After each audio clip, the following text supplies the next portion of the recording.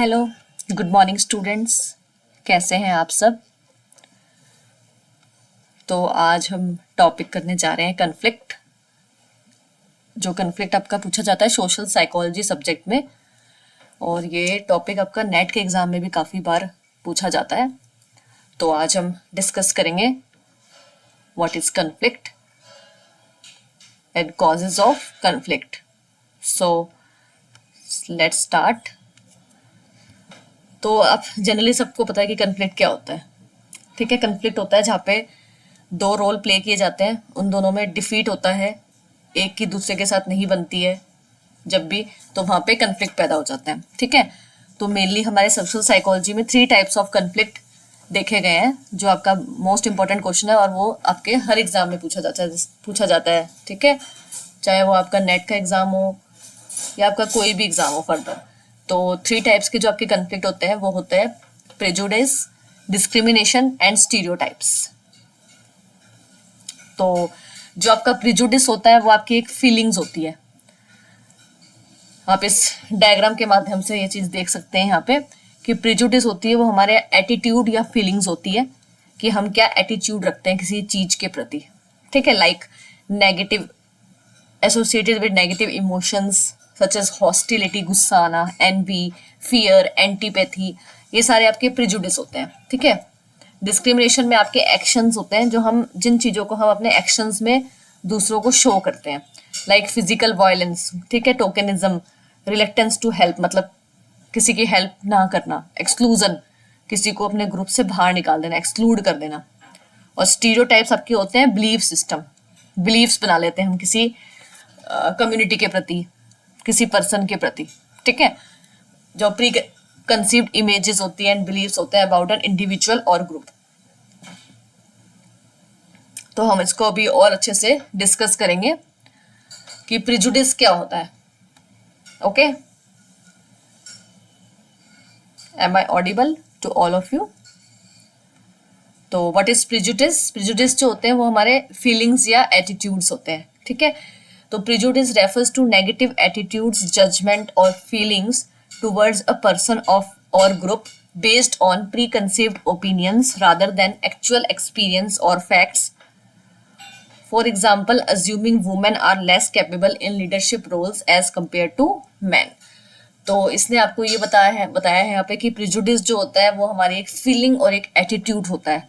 ठीक है, तो ये एक नेगेटिव एटीट्यूड या जजमेंट या फीलिंग होती है हमारी किसी पर्सन या ग्रुप के प्रति, जिसमें हम पहले से pre conceived ideas, pre conceived opinions बना लेते हैं किसी के प्रति। हमें उसके बारे में कुछ पता नहीं होता है, हम पहले से ही अपने मन गणत ख्याल बना लेते हैं। प्री कंसीव्ड ओपिनियंस मतलब मन गणत ख्याल बना लेते हैं लोगों के प्रति, रेशियल के प्रति, उनके कलर के प्रति, उनके ग्रुप के प्रति, उनके कम्युनिटी के प्रति।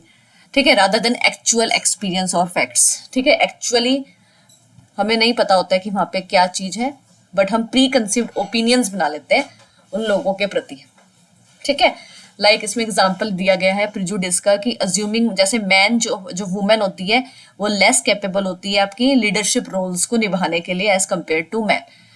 ठीक है, आपने ग्लास क्लिफ और ग्लास सीलिंग कंसेप्ट पढ़ा होगा।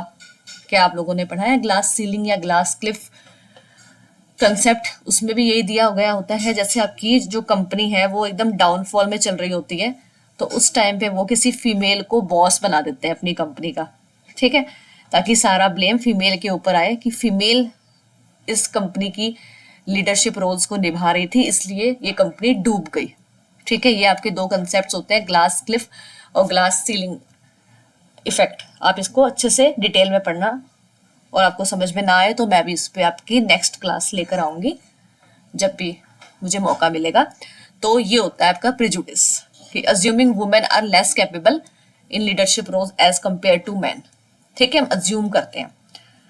ठीक है ना, ये हमारी एटीट्यूड या हमारी फीलिंग बनी हुई है, धारणा बनी हुई है, प्री कंसीव्ड ओपिनियन बना हुआ है, बट इसके ऊपर किसी ने स्टडी नहीं करी है, इसके ऊपर कोई फैक्ट नहीं है या इसके ऊपर कोई रिसर्च नहीं है कि हाँ वुमेन ही लेस कैपेबल है हर चीज में as compare to man.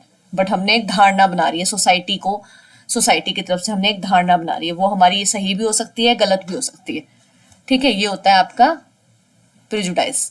Then होता है डिस्क्रिमिनेशन। Discrimination mean actions.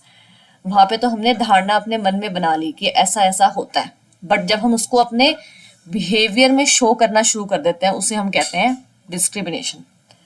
अपने एक्शन में उनको शो करना, लोगों को दिखाना शुरू कर देते हैं। Discrimination occurs when those prejudice attitudes result in unjustified behaviour towards members of that group. For example, for the same work women is less paid as compare to man. Discrimination में हम अपने बिहेवियर में वो चीज show करते हैं। कैसे show करते हैं? फॉर एग्जाम्पल, कोई कंपनी है, ठीक है, लाइक डेलॉयट कंपनी है या कोई भी कंपनी है आपकी, ठीक है, एमएनसीज की कंपनी जैसे आपने सुनी होगी, डेलॉयट एंड ऑल। तो वहां पे सेम वर्क होता है, बट वुमेन को उसी काम के लिए कम सैलरी दी जाती है और मैन को उसी वर्क के लिए, सेम वर्क के लिए सैलरी ज्यादा दी जाती है। ऐसा क्यों?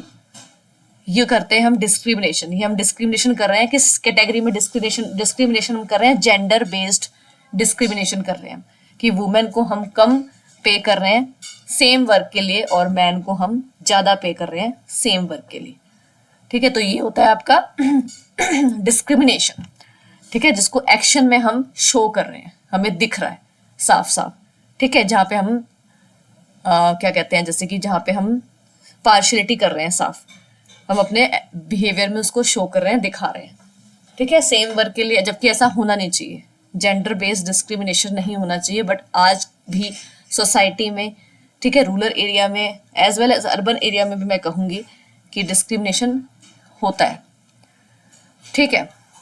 तो थर्ड वन है आपका स्टीरियोटाइप्स। स्टीरियोटाइप्स होते हैं हमारे बिलीफ सिस्टम। ये आपके अच्छे भी हो सकते हैं, पॉजिटिव भी होते हैं, हो सकते हैं नेगेटिव भी हो सकते हैं। तो इसकी डेफिनेशन हम एक बार देखते हैं कि जो स्टीरियोटाइप्स होते हैं वो fixed idea about a particular type of person or thing which is often not true in reality, ठीक है। रियलिटी में वो सही नहीं है, पर हम बिलीफ सिस्टम बना लेते हैं, बिलीफ बना लेते हैं किसी के प्रति। जैसे कि जो बिलीफ बना रखा है आपकी सोसाइटी ने कि जो वुमेन है वो cry easily and are too emotional as compare to man.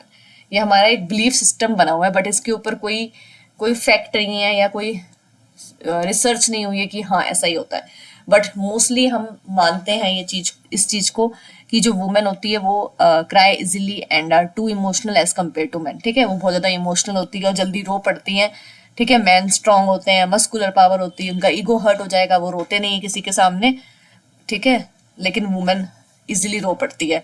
तो ये हमारा एक बिलीफ सिस्टम बना हुआ है सोसाइटी की तरफ से, ठीक है। तो आपको यदि इसको शॉर्ट में याद रखना है तीनों टर्म्स को, तो जो प्रिजुडिस होता है आपका वो आपके होते हैं एटीट्यूड्स या फीलिंग्स किसी कम्युनिटी, किसी रेशियल ग्रुप, ठीक है, ब्लैक्स एंड वाइट्स के प्रति आप क्या एटीट्यूड रखते हैं, ठीक है। ब्लैक्स अच्छे नहीं होते, वाइट्स अच्छे होते हैं, ये आपने एक प्रिजुडिस धारणा बना रखी है, ठीक है। उसको हम क्या कहते हैं? एटीट्यूड्स और फीलिंग्स, बोथ आर सेम।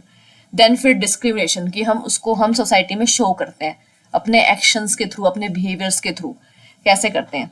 ठीक है, मैन वुमेन में डिस्क्रिमिनेशन करना, ठीक है, बच्चों में डिस्क्रिमिनेशन करना, बॉय को ज़्यादा लाड़ प्यार देना, गर्ल्स को इतना लाड़ प्यार ना देना, ठीक है। जॉब प्लेस पे भी जैसे सेम वर्क का सैलरी पे हम वुमेन को कम कर रहे हैं और मैन को ज़्यादा दे रहे हैं, तो ये साफ डिस्क्रिमिनेशन हो रहा है सोसाइटी में, ठीक है। पॉलिटिक्स में भी मेल को ज़्यादा एम्पावरमेंट, वैसे तो आजकल वुमेन एम्पावरमेंट का काफ़ी कॉन्सेप्ट चला हुआ है, बट कई चीज़ों में जैसे कुछ पॉलिटिक्स में वुमेन्स को इतना इम्पोर्टेंस नहीं दे रहे हैं एज कम्पेयर टू मेल्स, तो ये देखने को आता है। तो ये आपके होंगे सारे डिस्क्रिमिनेशन, ठीक है। और फिर जो स्टीरियोटाइप्स है, थर्ड वन कन्फ्लिक्ट, ठीक है। 3 टाइप्स के कन्फ्लिक्ट होते हैं। कन्फ्लिक्ट क्या होता है ये कोई नहीं पूछेगा आपसे कि व्हाट इज कन्फ्लिक्ट, बट जो ये 3 टाइप्स के कन्फ्लिक्ट है ये आपसे जरूर नेट के एग्जाम में पूछा जा सकता है कि स्टीरियोटाइप कन्फ्लिक्ट में आपको 3-4 एग्जाम्पल्स दे देंगे, 4 एग्जाम्पल्स, और फिर आपको बताना है कि वो स्टीरियोटाइप है, डिस्क्रिमिनेशन है या प्रेजुडाइज है। तो जो स्टीरियोटाइप्स है वो हमारे बिलीफ सिस्टम बने हुए हैं, ठीक है। स्टीरियोटाइप आपका ये भी हो सकता है कि फीमेल्स को रात को काम नहीं करना चाहिए, ठीक है। फीमेल्स को रात वाली जॉब्स नहीं करनी चाहिए, जैसे कॉल सेंटर पे जॉब्स फीमेल को नहीं करनी चाहिए क्योंकि वो उनके लिए अनसेफ है, और मेल्स रात को जॉब कर सकते हैं, उनके लिए कोई ऐसी कोई वो नहीं है बंदिश। तो ये भी आपका एक स्टीरियोटाइप हो सकता है। तो ये स्टीरियोटाइप्स बने हुए, ठीक है। फिर स्टीरियोटाइप आपका बिलीफ सिस्टम ये भी हो सकता है, जैसे कि फीमेल्स को छोटे कपड़े नहीं पहनने चाहिए, ठीक है। इससे सामने वाले को अट्रैक्शन होती है और फिर वो एट लास्ट रेप में बदल जाते हैं, या इस टाइप की चीज़ें हो जाती है सोसाइटी में। फीमेल को छोटे कपड़े नहीं पहनने चाहिए, फीमेल को रात को बाहर नहीं निकलना चाहिए घर से। ये हमारे क्या है, बिलीफ्स बने हुए हैं, ठीक है। बट रियलिटी में ये ट्रू नहीं है। जो होना होता है, जो लिखा है किस्मत में, वो होके रहता है। बट हम उसको ना एक वो दे देते हैं कि तू गई थी रात को इसलिए तेरे साथ ऐसा हो गया, तूने छोटे कपड़े पहने थे इसलिए तेरे साथ ऐसा हो गया। हम उसको एक ना अपना वो बना लेते हैं, जजमेंट बना लेते हैं, हम अपना ना एक एक्सक्यूज बना लेते हैं। बट ऐसा होता नहीं है रियलिटी में। जो लिखा है किस्मत में वो होके रहता है, ठीक है। तो ये हमारे सारे बिलीफ सिस्टम बने हुए हैं, ठीक है। स्टीरियोटाइप बना रखे हैं हमने ये। तो ये 3 टाइप्स के आपके जो है कन्फ्लिक्ट्स हैं, ठीक है। कौन से मैंने आपको बताया, प्रिजुडिस, डिस्क्रिमिनेशन, स्टीरियोटाइप्स। मैं आपको ज़्यादा लंबा टॉपिक इसलिए नहीं करवा रही हूँ क्योंकि ज़्यादा चीज़ें दिमाग में फिर आपके ऊपर से जाएगी, इसलिए मैं स्मॉल टॉपिक्स ला रही हूँ और बहुत ही इंपॉर्टेंट टॉपिक्स ला रही हूँ जो आपको अच्छे से क्लियर हो। और आपको कोई भी डाउट्स हो तो आप कमेंट सेक्शन में मेरे से इजीली पूछ सकते हैं, मैं आपके सारे कमेंट्स के जवाब ज़रूर दूंगी, ठीक है। और आपको यदि किसी में कोई प्रॉब्लम है तो आप मेरे से पूछ सकते हैं। तो जो आपका ये था आज का टॉपिक कि कन्फ्लिक्ट क्या होता है, ये पूरा हुआ। कोई भी टॉपिक में आपको प्रॉब्लम है, जैसे अभी तक मैंने आपको 3 क्लासेस दी है, मुझे थोड़ा टाइम कम मिल पा रहा है बिकॉज मैं और भी चीज़ों में बिजी हूँ, तो इंडल्ज हूँ मैं और भी चीज़ों में। तो मैं आपको 3 ही क्लासेस अभी तक ला पाई हूँ। फर्स्ट मेरी शायद आपकी क्लास थी, फर्स्ट मेरी आपके लिए क्लास थी। अभी तक मैंने आपकी कन्फ्लिक्ट पे क्लास ली है, prejudice, discrimination, stereotype, and last one थी आपकी डिफेंस मैकेनिज्म्स में, जिसमें मैंने आपको 6-7 डिफेंस मैकेनिज्म एक्सप्लेन किए थे जो कि सिगमंड फ्राइड ने दिए थे। एंड फर्स्ट क्लास मैंने आपकी ली थी शायद वो न्यूरोसिस एंड साइकोसिस में डिफ्रेंशिएट किया था, जो कि बहुत इंपॉर्टेंट है, आपको ये चीज़ें आनी चाहिए। सो thank you so much. This is a short concept series. मैं आपके लिए और इसी तरह से आगे और भी टॉपिक्स लाती रहूँगी। यदि आपको कुछ भी इसमें चेंजेस चाहिए या आपको कुछ, आप इसको और भी कुछ मॉडिफाई करना चाहते हैं या कुछ करेक्शंस आप चाहते हैं तो आप मुझे बिल्कुल बताइए। मैं आपकी चीज़ों को बिल्कुल अपने स्लाइड्स में चेंजेस करूँगी। So thank you so much, have a nice day, good bye.